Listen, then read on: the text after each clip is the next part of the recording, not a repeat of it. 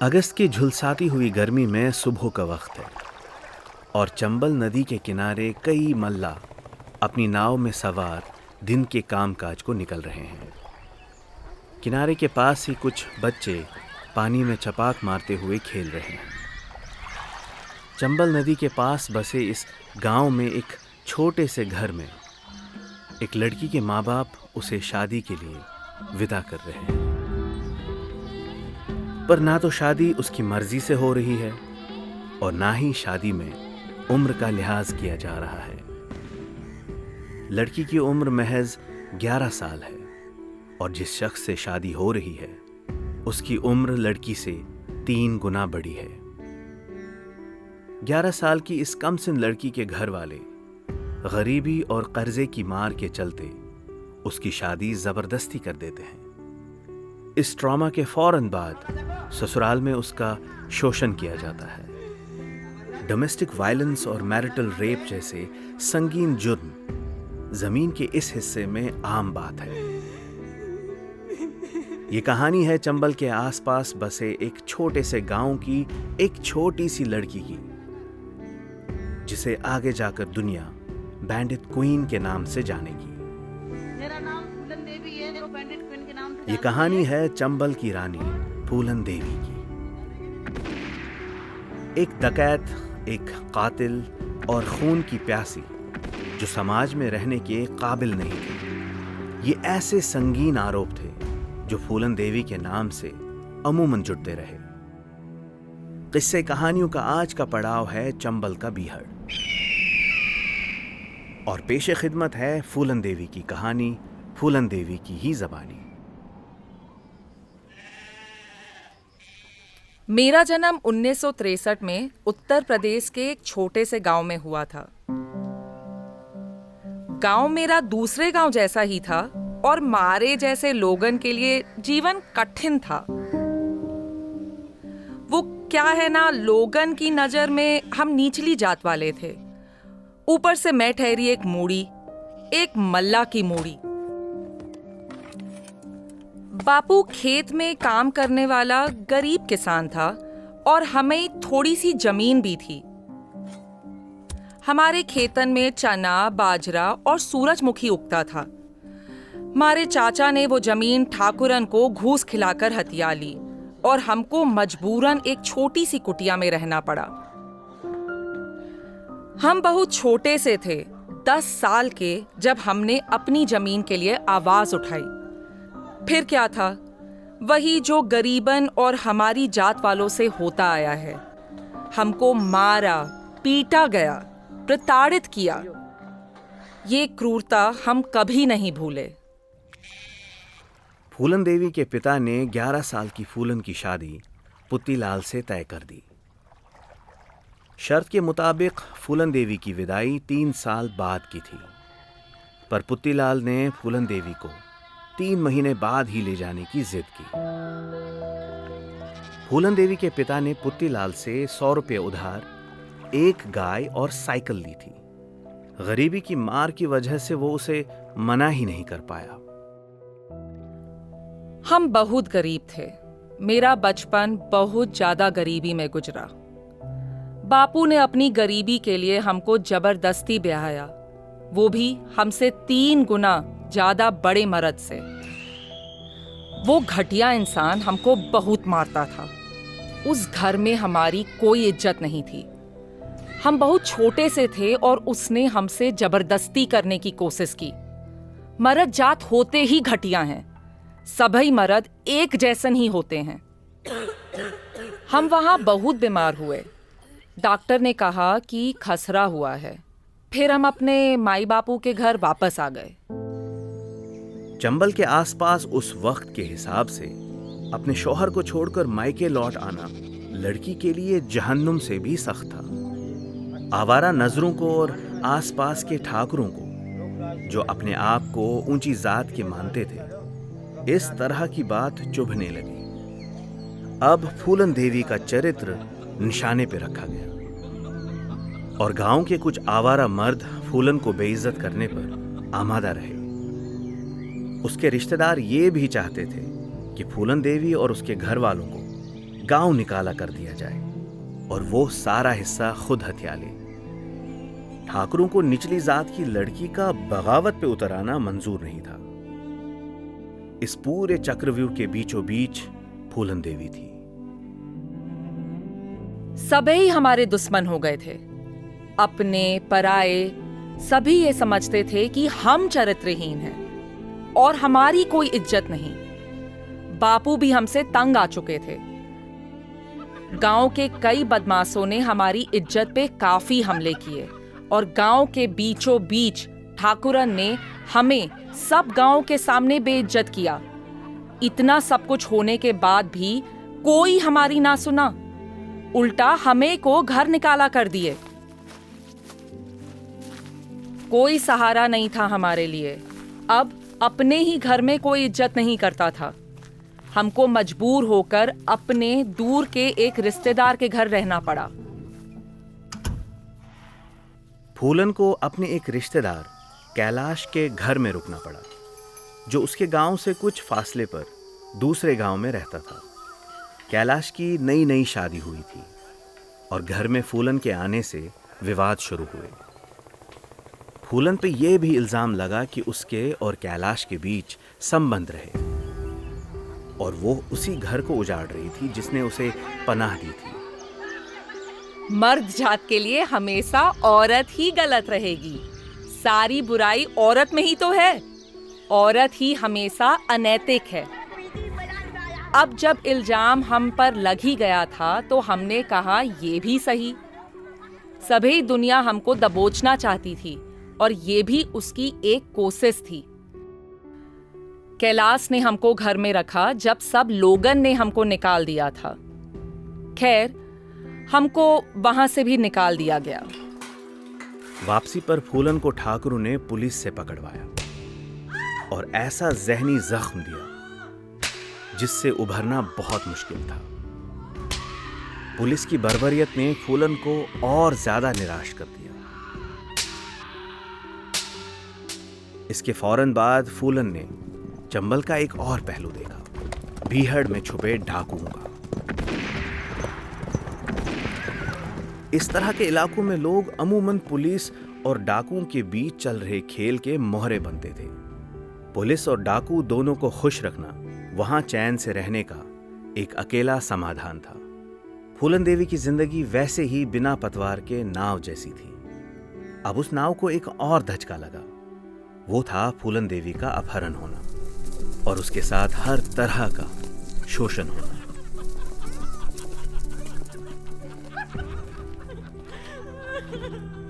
उन्नीस में बाबू गुज्जर ने हमारा अपहरण कर लिया।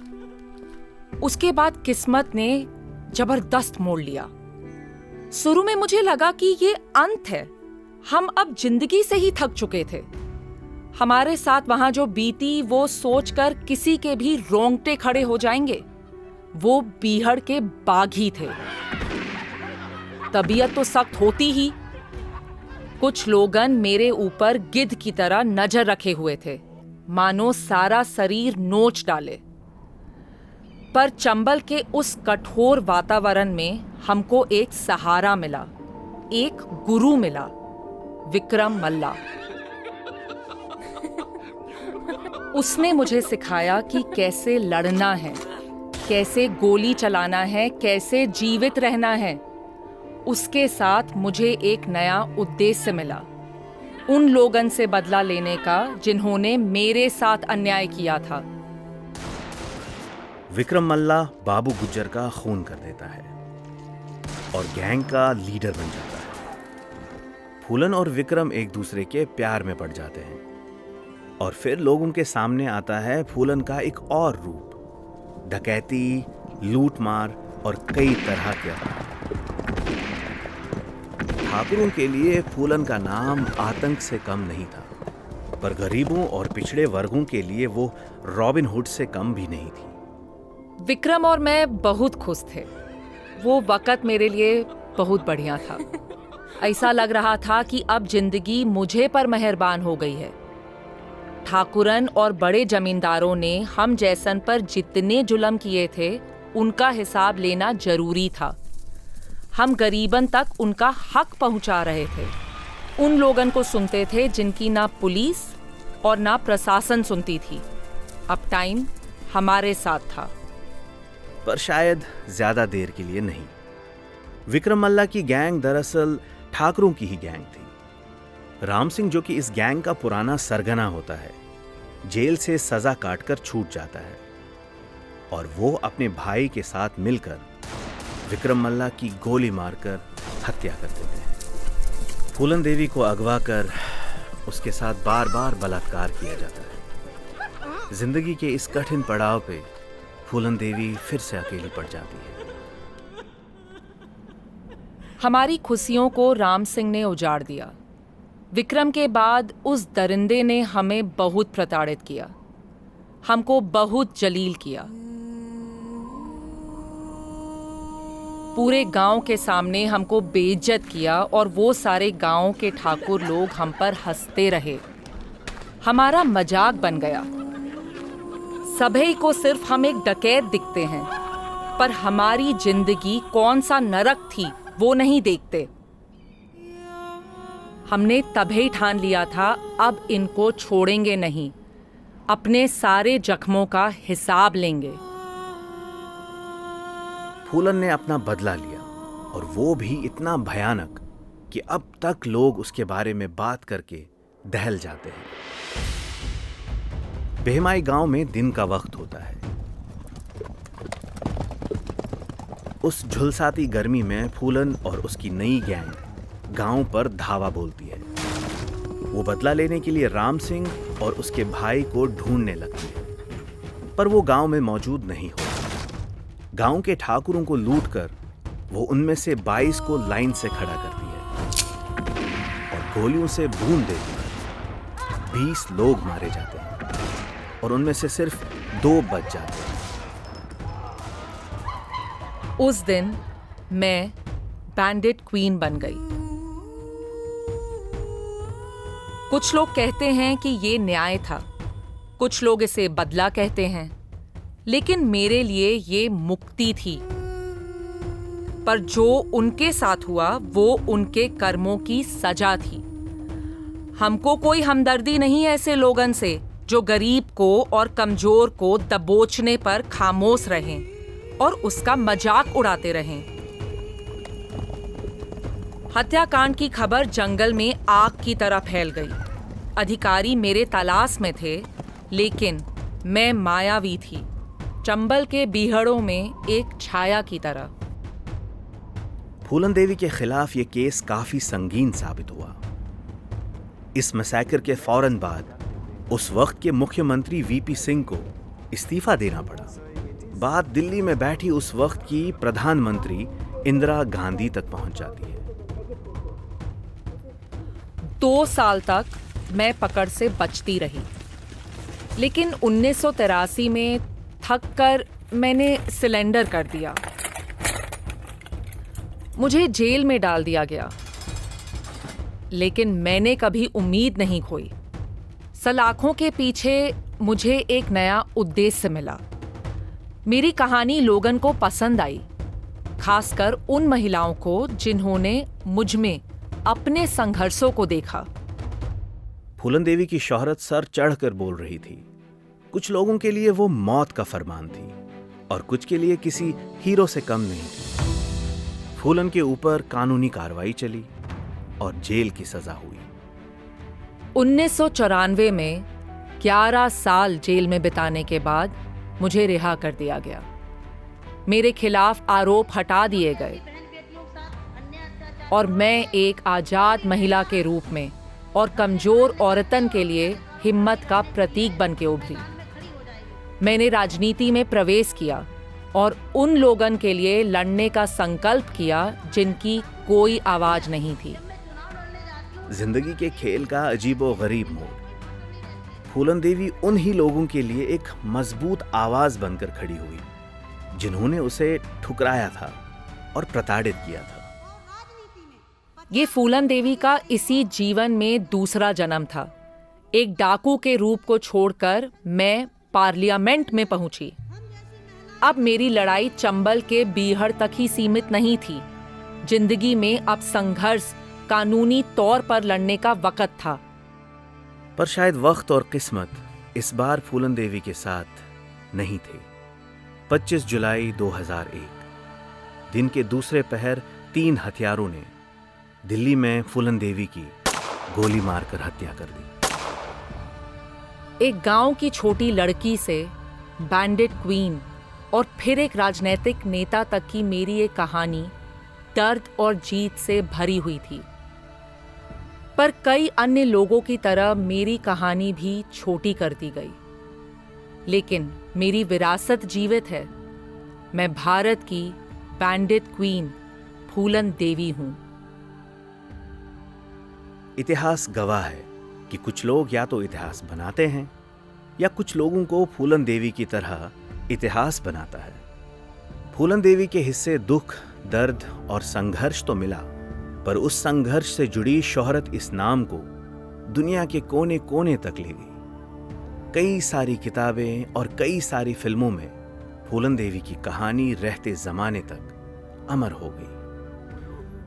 अब फूलन देवी की कहानी तारीख की कसौटी पर कितनी खरी साबित होती है, ये तारीख ही फैसला करेगी। हमारा काम बस इस तरह की कहानियां लोगों तक पहुंचाने का है। किस्से कहानियां सीजन 3 एक ड्रामेटाइज पॉडकास्ट है और इसका यह एपिसोड आप द क्विंट पर सुन रहे थे। इस एपिसोड में फूलन देवी का किरदार निभाया है शैली वालिया ने। एपिसोड को प्रोड्यूस, एडिट और स्क्रिप्ट किया है मैंने यानी अलिफ ने। इस एपिसोड के एग्जीक्यूटिव प्रोड्यूसर्स हैं रितु कपूर और शैली वालिया। अगर आपको इंडिया की बैंडिट क्वीन फूलन देवी की यह कहानी अच्छी लगी तो अपने दोस्तों से जरूर शेयर कीजिएगा। इस कहानी से जुड़े अपने ख्यालात का इजहार कमेंट सेक्शन में करें। मैं आपके कमेंट्स का इंतजार करता रहता हूं। किस्से कहानियों का ये सफर जारी है और आपसे मुलाकात होगी अगले पड़ाव पे, लेकर एक नया किस्सा, एक नई कहानी। तब तक के लिए विदा।